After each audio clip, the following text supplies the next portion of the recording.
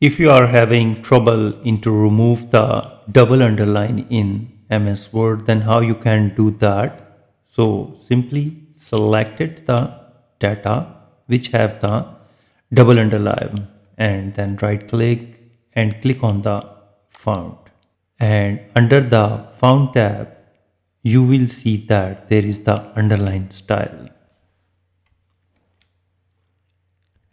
You need to click on that and you just need to select this simple underline. So in the preview you will see that now it is the simple underline, and if you want to choose none and there is no underline, click OK.